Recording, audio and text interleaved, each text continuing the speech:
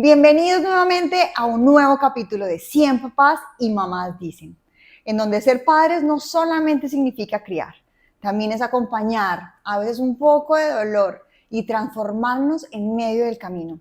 Hoy vamos a hablar sobre verdades que a veces nos es difícil contar y que muchos vivimos en silencio. Hoy tengo a una amiga y a una profesional que admiro mucho, Cata Ardila. Hola Cata, bienvenida. Hola Juli, gracias. Gracias a ti por estar con nosotros. Hoy aquí. Sí, para mí es un gusto tenerte.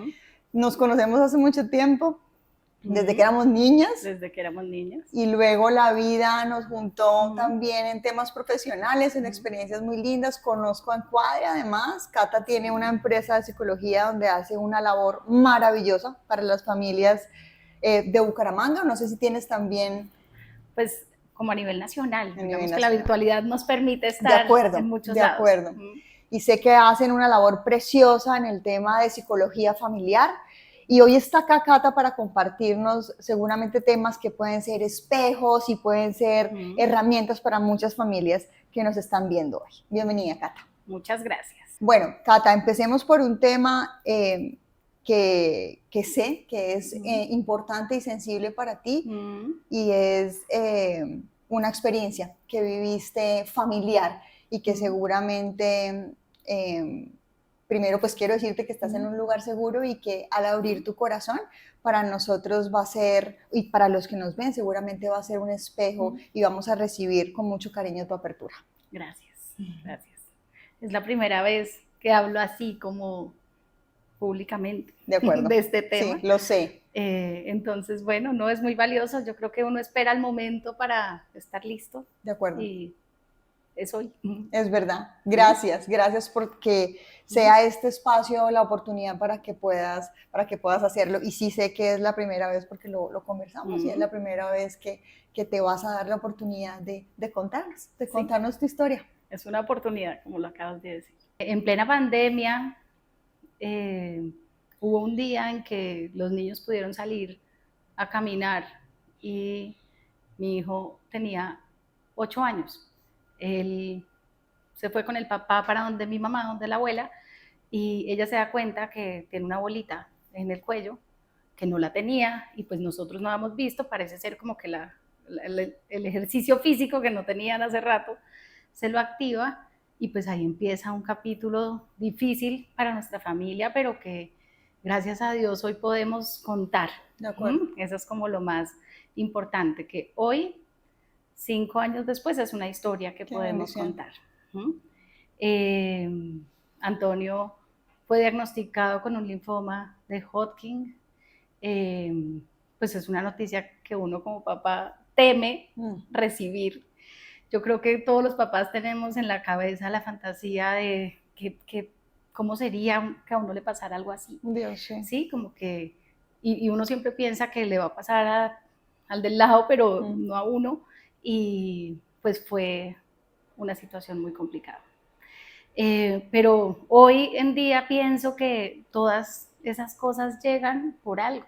Por supuesto. Y 5 años después, y con Antonio de 14 años, disfrutando la vida, creciendo, pues puede uno encontrarle sentido. El para qué. Y encontrar el para qué, y yo creo que ese ha sido el enfoque que como familia hemos intentado tener. Claro, me imagino la fuerza y la unión que les ha traído a ustedes también como familia de una situación, me imagino que muy compleja para todos. No, y es que precisamente fue eso. Yo creo que una de las conclusiones que con mi esposo al final sacamos de esa experiencia fue pues el ver el equipo que somos, ¿no? Que eso fue parte de lo que al final podíamos ver. Fueron 8 meses. Anto empieza su tratamiento. Bueno, esto fue una cosa muy rápida, ¿no? Él lo diagnostican y en cuestión de una semana, o sea, él nos dan el diagnóstico, lo hospitalizan al otro día y en cuestión de una semana hacen todos los exámenes del mundo y él 8 días después empezó quimioterapia. O sea, fue muy rápido, fue muy asertivo. Yo creo un diagnóstico a tiempo. Y con unos ángeles, porque yo creo que desde el primer minuto tuvimos muchos ángeles acompañando ese proceso. Qué bueno. Y un diagnóstico muy asertivo, una enfermedad que afortunadamente tiene un tratamiento muy específico y en una ciudad donde había todo para que pudiera ser atendido en las mejores manos. Nosotros también siempre hemos dicho que si bien es un riesgo que tuvimos en las manos, ¿no? Pensar en la vida de Antonio, también siempre desde el primer minuto tuvimos la tranquilidad de que los médicos siempre nos dieron pues como la seguridad de que era una enfermedad que tenía tratamiento. De acuerdo. ¿Sí? Entonces, pues si bien la palabra cáncer... Nadie la quiere escuchar. Sí, y menos en un hijo. Por supuesto. Pues digamos que transitamos el camino y siempre fue un camino con cosas buenas pasando en el proceso. ¿Sí? Claro. Fueron 8 meses muy duros, fueron 8 meses donde vivimos. ¿Y tú tienes otra hija? Yo tengo una hija más chiquita, ellos se llevan 2 años y medio, y Mariana, pues eso fue parte de lo difícil, era pandemia, no podía haber muchas personas más acompañando el proceso, plena pandemia. El 95% del tratamiento de Antonio fue hospitalizado. Claro. Entonces nosotros como familia, que ahí voy con lo del equipo, teníamos que vivir en la clínica. Entonces Mariana estaba en la casa, Antonio estaba en la clínica y Daniel y yo hacíamos turnos de 24 horas.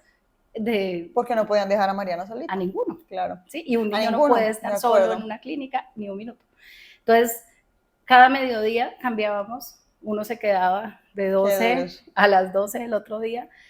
Entonces, él y yo no nos encontrábamos, sino para entregarnos las cosas y volver a despedirnos, pero pues así fue como lo sacamos adelante. La dinámica. Así fue la dinámica.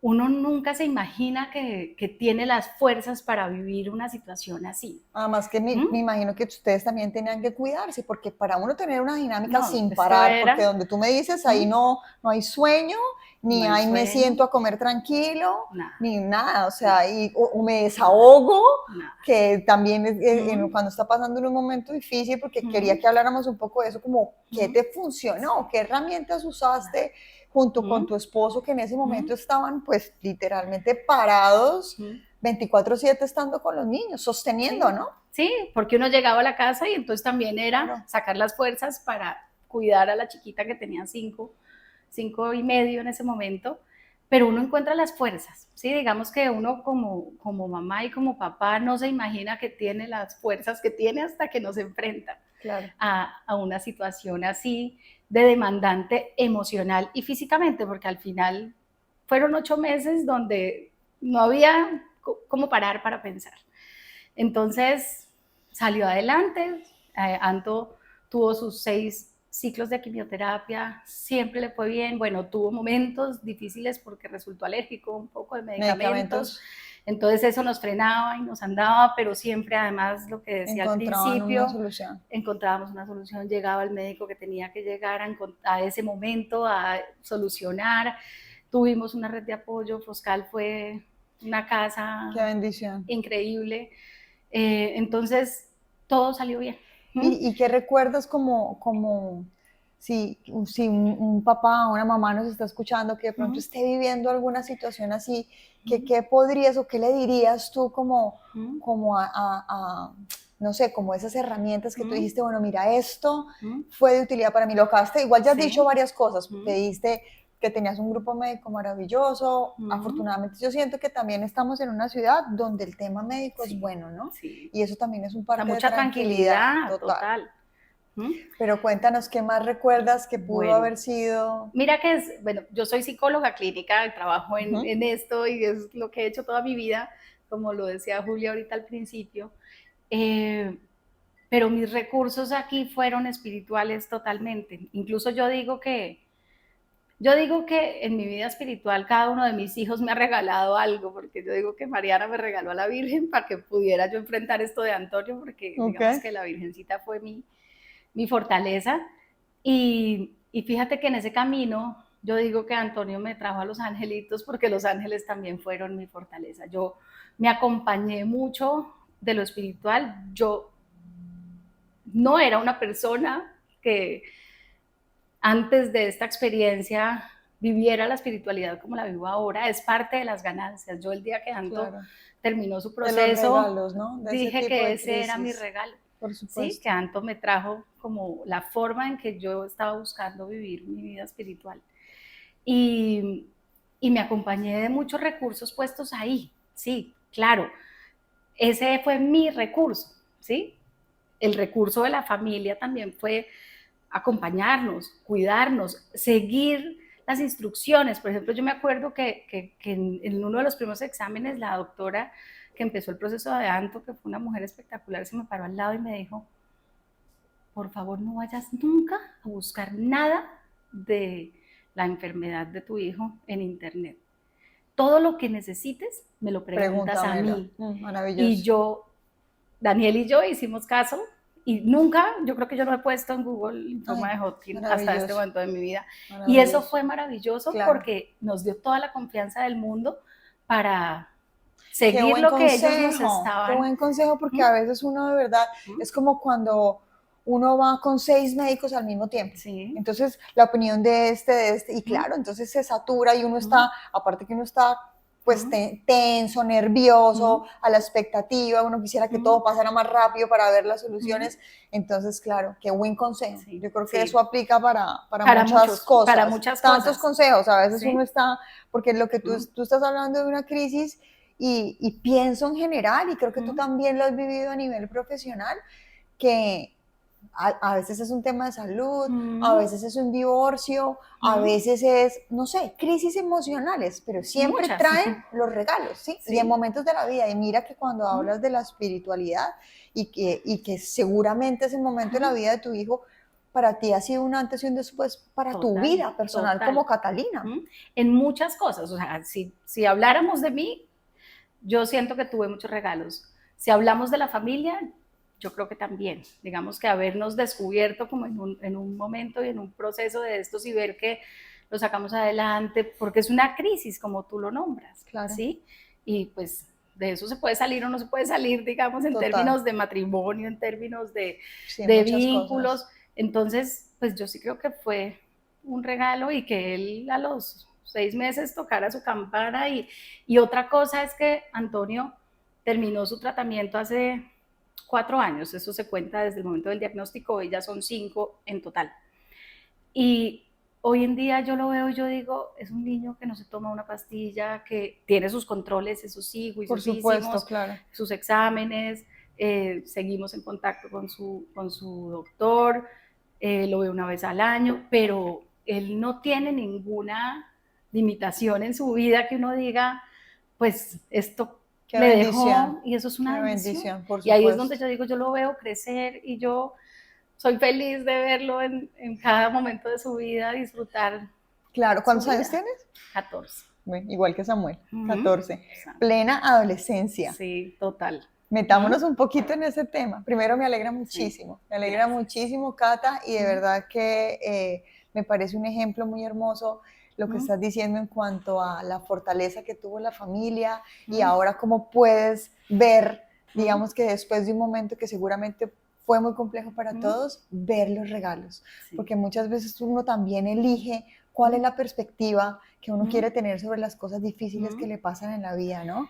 Que desde dónde lo ves, o sea, siempre siento yo que la perspectiva cambia totalmente el panorama de las vivencias. Y me haces pensar en algo, y es que eso no quiere, o sea, que hoy yo lo cuente de esta manera no quiere decir que no haya vivido unos momentos de miedo muy grandes, ¿sí? Porque uno termina el tratamiento, pero después cada 3 meses hay que ir a hacerse exámenes, y la angustia que yo sentía, no, pues imagínate, en cada ecografía, en cada de qué va a pasar, claro, si nos vamos a mantener en que todo está bien.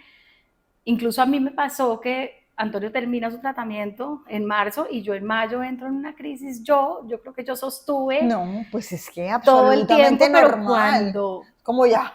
Exacto, solté. Y pues tuve ansiedad y fui al psiquiatra, y el mindfulness me logró ayudar a salir de ese tema. Y, apenas normal. Y yo pensaba, yo me acuerdo en esos momentos de pensar, ¿será que al año voy a tener menos miedo? ¿Cómo será cuando tenga 5 años?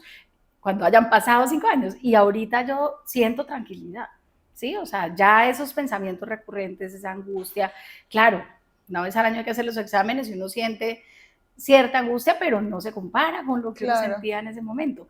Y ahí viene un poco como, ahora que tú tocas la adolescencia, como el que yo siempre he dicho que yo disfruto mucho ver a Antonio crecer porque su vida estuvo en riesgo. Entonces, para mí verlo grande, no sé, yo hablo mucho con mamás de la misma edad que siento que añoran el chiquito, como, se está creciendo se muy está creciendo, rápido, lo quiero sí. tener chiquito, y yo a veces pienso, yo creo que sí, claro, es muy lindo los recuerdos de chiquito, pero me fascina verlo Por supuesto, crecer, por ¿no? Me supuesto. fascina verlo enfrentar como cada momento de su vida creciendo. Claro, Entonces, me imagino, qué lindo. eso es muy bonito. Bueno, Cata, y entrando un poco como en ese tema de adolescencia, cuéntanos desde tu experiencia, ¿cuáles ves que son los retos más fuertes que tenemos en esta edad con nuestros hijos?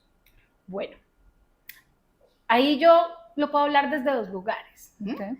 porque por un lado, digamos que yo atiendo a adolescentes desde hace mucho tiempo, pero soy mamá de adolescentes desde hace menos tiempo. Claro. Pero la experiencia de tener un adolescente en mi casa me ha permitido entender Enriquecer también, ¿no? muchas cosas Claro. que me habían dicho por mucho tiempo. Sí, yo soy de las que pienso que no necesita uno haber vivido todo para atender y recibir a los pacientes, pero sí, digamos que en la crianza, poder estar claro. en esos zapatos y uno caer en cuenta de, ay, esto era lo que me nombraban y ahora ya lo estoy Por supuesto. entendiendo. A mí con Anto me pasó que él cumplió 12 años y yo sentí como por un momento como ese hueco, ¿sí? Claro. Como que por un momento como que se me Claro, fue y se claro. volvió, y yo siento que ya que no fue, está la dependencia tan fuerte, porque es un momento como, yo pero creo es que es un ahí, momento, como, y yo no sé si tú lo viviste así, pero yo sentí que fue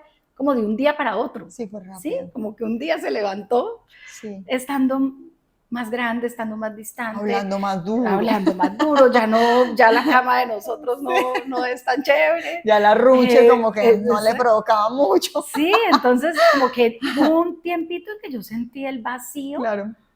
pero ahorita ya llegando a los 14 me ha gustado que siento que ha empezado a regresar. Un poco. Sí, entonces yo sí creo que ellos necesitan diferenciarse, y en la teoría lo tengo clarísimo, ¿no? Ellos necesitan separarse para encontrarse, y cuando ya empiezan a encontrarse pueden volver más tranquilos. Y ahí es donde está el reto de nosotros como papás para cuidar esa conexión con ellos, que yo creo que es lo que hay que atesorar. Por supuesto, y porque uno se pierde mucho ahí, Cata, porque uno dice como desde dónde era mi niño y ahora ya no es mi niño, pero tampoco es el adulto. Entonces y está la sensación de no lo conozco, no conozco claro, cosas de él. Claro, y ¿no? que quiero que sea sincero conmigo, pero entonces ¿cómo llego a él? Y pues con las 30.000 tareas que tenemos igual en nuestro día a día para también no perdernos nosotros. Y ¿sabes qué? Y los miedos que nos ponen de la adolescencia. La adolescencia es terrible, la adolescencia es todo lo que va a pasar, y esta adolescencia de hoy en día. Y yo sí pienso que claro, hay riesgos, en la medida que van creciendo los riesgos van siendo más grandes, ¿sí? Y hay ciertos riesgos que tenemos que cuidar, medir, monitorear, pero si cuidamos el vínculo, la conexión, si generamos hogares seguros, ¿sí? Y seguros sobre todo en términos de que el día que ellos tengan, yo digo mucho esto, ¿no? El día que ellos tengan un problema importante y real, ojalá el primer lugar que piensen sea en uno, para venir a buscar, o por lo menos que la primera información ojalá venga de nosotros, de los papás. Claro, ¿sí? Eso me parece clave. Sí, entonces eso me parece que es importante. Eso viene desde la infancia, ¿no? Cultivarlo, cuidarlo, y en la adolescencia, si bien tenemos miedos, no dejarnos invadir por esos miedos. Yo pienso mucho que uno va conociendo a su hijo y cada relación es diferente, pero confiar en lo que uno conoce de su hijo, en la conexión que tiene con él, le va abriendo a uno esas puerticas. Ahorita hablábamos de cómo ya los estamos empezando a dejar caminar a ciertos lugares solos, ¿cierto? Todo un reto. Y yo creo que si a mí me preguntaron no sé, hace 3 años, ¿tú dejarías a Antonio a los 14 caminar solo por la ciudad? Yo pensaría, uy, yo no creo. Sí, claro. Pero ahorita que lo conozco, que lo tengo enfrente, que sé cómo es él, sí, me siento tranquila de darle ese permiso. Estoy completamente de acuerdo contigo, total. Sí. Incluso recuerdo que, porque el trayecto, por lo menos en mi caso de Samuel, es como el gimnasio a la casa y de regreso. Y recuerdo que cuando yo le di esa posibilidad a Samuel, Samuel cambió muchísimo, o sea, muchísimo. La seguridad. La seguridad de él, en la forma en que empezó como a comunicarse, a decir las cosas, lo vi más abierto, lo sentí como que se empoderó, ¿sabes? Empoderado, esa y es la palabra. Como, la hice bien. Sí. Porque, pero uno tiene que tomar esos riesgos. Sí, de acuerdo, porque lo hice con mucho susto. Sí, o sea, claro, con mucho susto. Claro, con el entonces estómago, los miedos y todavía están, me pasa a veces, pero digo, me lo aguanto. Sí, y los miedos están, pero no, pues no invadirse de ellos, sino ir enfrentándolos, ir confiando en la conexión. Hay niños a los que uno les, pues hay adolescentes, a los que uno les puede dar esta libertad, pero de pronto hay otros que me lo pienso, ¿no? Entonces, como papás, no podemos decir a los 14 años los dejamos salir, sino cada uno va midiendo en su casa a su hijo. No, y en esa conexión que tú dices, digamos que no es igual para todas las familias, y no es igual de sencillo. Entonces, ahí me parecería lindo que, no sé si pudieras como darnos algún tipo de herramientas, porque muchas veces pasa eso, como que el niño puede cerrar la puerta y simplemente como, déjeme la puerta cerrada, yo me voy a conectar toda la tarde o cuando llegue del colegio, lo que sea, y uno los pierde un poco. Entonces, ¿cómo puedo? Porque de alguna manera lo que es como no verle todo lo negativo a la cosa. A mí por lo menos hay una cosa que me parece buena del acceso a la información, y es que estos chicos maduran un montón, muy rápido. Entonces yo puedo hablar con un poco más de claridad con ellos, porque tienen un conocimiento que yo a los 14 años no sabía lo que mi hijo sabe a los 14 de ahorita. Entonces, ¿cómo lo puedo aprovechar como una ventaja que no se me pierda, ¿sabes? Como que no pierda esa conexión y que yo quede una mamá lejana. Pero ahí tú tocas un tema que yo creo que hoy es súper valioso y súper importante y nos preocupa a todos, que es el tema de la virtualidad, del uso del teléfono, de la conexión, pues que claramente hay que saberlo llevar, ¿sí? No es sí ni no. Es la generación en la que están creciendo, la virtualidad y lo digital hace parte de su vida desde que son chiquitos. Total. Pero somos nosotros los que tenemos que saber acompañarlos, ¿sí? Si nos vamos a la neurociencia, lo que hoy nos dice la neurociencia es que el cerebro del adolescente no está listo para autorregularse.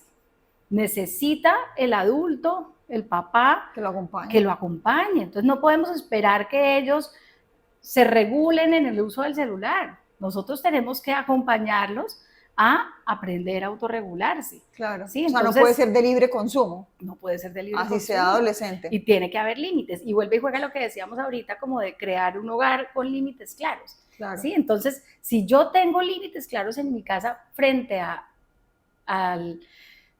las normas básicas, ¿no? Las rutinas, que ojalá se conserven, ¿cierto? No sé, la hora de dormida, claro, en los adolescentes se alarga un poco, hay más tareas, hay más responsabilidades, aparece una cosa, la otra. Sí, o uno tiene que acostarse más temprano y ya no como, pues, ¿sabes? O sea... Pero ahí vuelve y juega la confianza. A mí a veces me pasa eso y digo como, bueno, no, y ya no más teléfono, y digo, pero me voy a acostar, no me voy a quedar sentada esperando a que se acueste, porque yo necesito levantarme tempranísimo y dormir. Pero, por ejemplo, en mi casa se ha vuelto súper importante que el teléfono se cargue, pues ojalá de todos, pero el celular de Antonio se cargue fuera del cuarto. Esta semana nos pasó que un día dice, pues claro, lo que tú dices, uno se acuesta, se duerme y pues él queda con esa autonomía que uno cree que pues, están aprendiendo a manejar. Y me dice, me levanté a las 2 de la mañana, no me habían pijamado, tenía el celular al lado y le dije, ¿ves? O sea, ese límite de dejarlo afuera es importante por tu sueño, por tu cuidado, y ahí me parece importante un tema, Juli, es... No, ¿por qué no? Sí, no, ¿por qué no?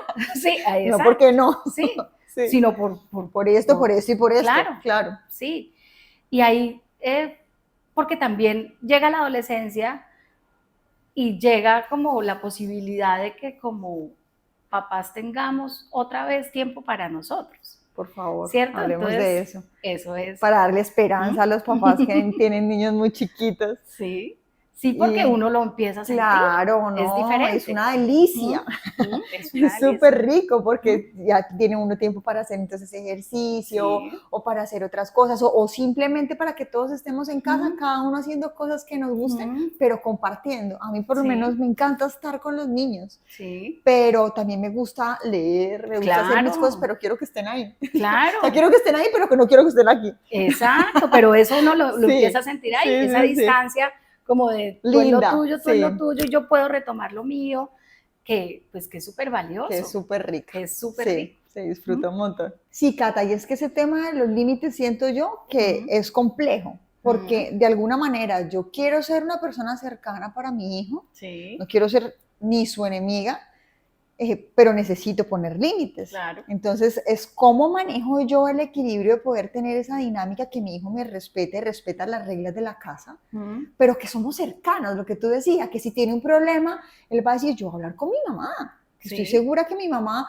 me va a dar una buena idea y ahorita en estas edades siento que hay temas importantes para hablar. Sí. Que es importante es que no nos lo saltemos, pero uno a veces se enreda mucho y dice, pero ¿qué? ¿Y cómo? ¿Y dónde? ¿Y cuándo? ¿Y cómo se le digo? Claro, llegan temas difíciles, pero mira que yo pienso que los límites para los adolescentes son muy tranquilizadores, ¿sí? Total. O sea, los adolescentes necesitan los límites y los piden, los piden a gritos, incluso los que no tienen son los que más... Eso pasa desde la primera infancia. Sí, pero en la adolescencia se vuelve un poco más... relevante.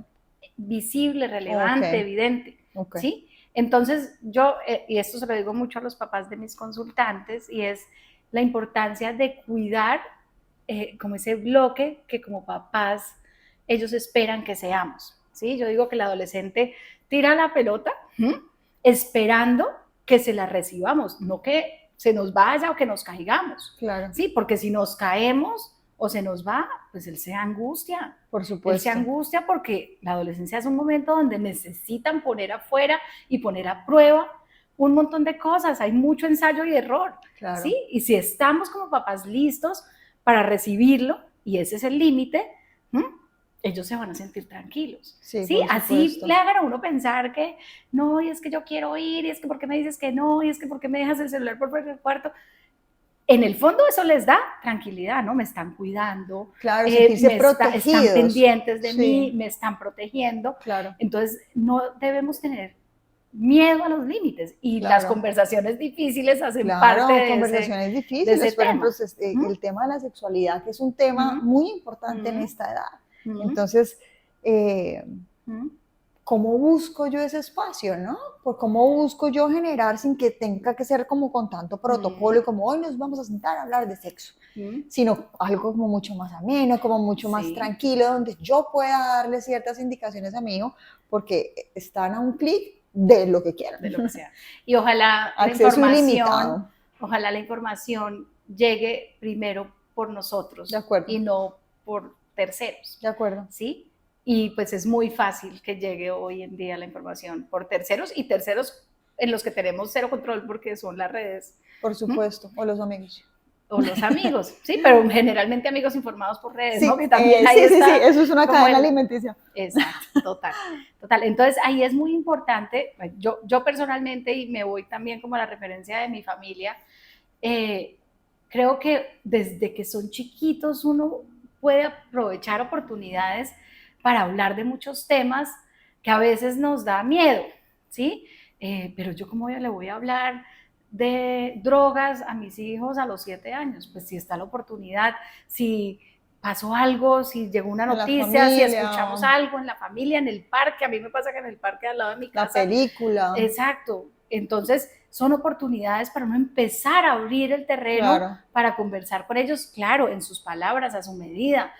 En la medida que van creciendo, ellos ya están abiertos para poner en la mesa del comedor el tema, para preguntar si oyeron algo, para llegar, oye mami, es que hoy en el bus, hoy que estaban hablando de esto, y se va generando esa confianza y esa seguridad de que yo puedo hablar en mi casa de temas difíciles, y así vamos llegando a temas como la sexualidad, ¿sí? Que que incluso se puede hablar desde que son mucho más chiquitos, porque al final la sexualidad es la conexión con su propio cuerpo, Sí. Con ellos mismos. Cómo me cuido. Y a partir de cómo aprendo a cuidarme, cómo cuido también. Exacto. A las demás personas y mi conexión física también con el otro, ¿no? Claro, entonces, y vamos abriendo puertas en la medida que van creciendo.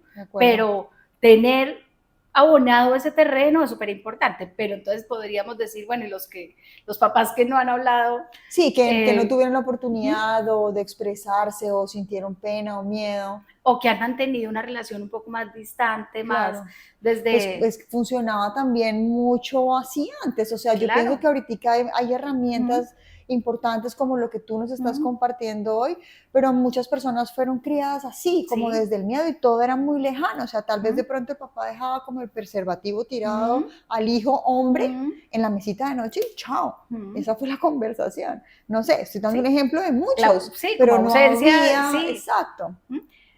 No había un acompañamiento, lo que decías tú. Claro, pero entonces digamos que sí, y muchas veces repetimos patrones, ¿no? Pero es que si a mí nunca me hablaron, yo no sé muy bien cómo hablar, pero es encontrar las oportunidades, ¿no? Es buscar la oportunidad para, si me cuesta trabajo, entonces intencionar un poquito la oportunidad, el momento, ¿no? Si yo siento que se me está pasando el tiempo y mi hijo ya sabe cosas, ya me lo ha demostrado y yo no he tenido esta conversación, de pronto hay que buscar la oportunidad. De pronto si como mamás sentimos que de pronto es más fácil que lo hable con el papá, entonces abramos esa puerta, digámosle al papá, oye, y si hablas este tema y si le buscas la oportunidad de conversar, o con las niñas, ¿no? Con las niñas es más fácil, ¿no? Desde más chiquitas hablamos un poquito más del cuerpo, estamos más en contacto con estos temas, pero también llega el momento de prepararlas, ¿no?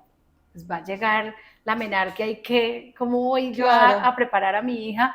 Son temas que están ahí. Y yo siento que eso tiene una base muy importante de amor propio, ¿no? Sí, total. De cómo me amo y me respeto y cómo siento a la persona que está enfrente mío como igual en ese respeto, ¿no? Sí. De cuando alguien me dice no, es no. De cuando, ¿sabes? Como ese límite que yo pongo conmigo y que respeto el límite del otro, ¿no? Y eso también se enseña desde que son chiquitos, ¿no? Fíjate que eso a mí me parece que es tan valioso como la posibilidad de, con los niños, por ejemplo, desde chiquitos decirles, a mí me pasa mucho con mis hijos, ¿no? Como que entre niño y niña, o sea, el tema de los golpes, el tema del contacto, ¿sí? Yo les digo mucho, respeta el no de tu hermana. Por supuesto. ¿Sí? Cuando te dicen no, sí, cuando te dicen no. Y siento muchas veces que es preparando para otras relaciones más adelante. Qué importante eso que estás diciendo. Donde ellos sepan parar y cuidar al otro, a la otra, en el momento en que, pues, en que hay un límite. Sí, todas esas dinámicas y esos principios en cosas muy sencillas que, pues, salgámonos un poco del tema de la sexualidad, sino en la libertad de expresarnos, en saber, en el respeto por lo ajeno, este tema de principios de verdad que es tan importante y después esto les va a dar a nuestros hijos un camino pues lleno de puertas más abiertas. Claro, pero es que la crianza es un terreno lleno de oportunidades cotidianas. Eso también lo digo yo mucho en la consulta, como que a veces esperamos que tenga que pasar la situación. Sí, la formalidad. Para mostrarle a mi hijo algo que se lo he podido mostrar muchas veces en la mesa del comedor, en la rutina de la mañana, en la discusión con el hermano. Entonces, digamos que si como papás estamos como atentos a coger esos momenticos como oportunidades. Más genuinos, ya más chéveres, más disfrutables, ¿no? Como... Y no quedarme pensando en lo que pasó esta mañana y darle vueltas y entonces cómo lo hablo y cómo lo digo, sino aprender a coger esos momenticos pequeños. Qué chévere. Es valioso. Sí, qué lindo, qué lindo. Ojalá muchas personas nos estén escuchando para que se den cuenta de estas herramientas tan bonitas que tenemos en la cotidianidad de nuestros hogares, en el día a día. Y bueno, quiero agradecerte, Cata, por estar acá, por también abrir tu corazón a contarnos algo que sé que es muy íntimo y muy personal para ti, pero que seguramente va a ser un espejo importante para muchas familias y también desde tema profesional. Sé que Encuadre es una empresa donde las familias en la ciudad y a nivel nacional, como nos decía Cata, tienen la posibilidad de acudir para poder tener como toda esta información tan importante en crianza, que la verdad son preguntas y preguntas y dudas diarias, que qué bonito poder tener a alguien que lo acompañe a uno. No, Juli, con todo el cariño, el gusto de estar aquí, es un honor. Y de verdad que pues son cosas simples, pero valiosas. Pues esa experiencia que me ha regalado mi vida como mamá y pues mi profesión, pues es rico compartirla. Encuadre, como decías tú ahorita, es una casa donde nosotros buscamos cuidar, acompañar, ayudar a las personas a encontrar sus propios recursos. Nosotros recibimos niños, niñas, adolescentes, parejas y familias, tenemos un equipo profesional que cuidamos mucho y que buscamos que sea lo más cálido posible para que las personas se sientan sostenidas, cuidadas, protegidas. Entonces, maravilloso. Bienvenidos. Maravilloso, y les vamos a dejar también la información de Encuadre para que lo tengan a la mano, y les mando un abrazo, gracias por seguir escuchándonos y nos vemos en otra oportunidad. Muchas gracias.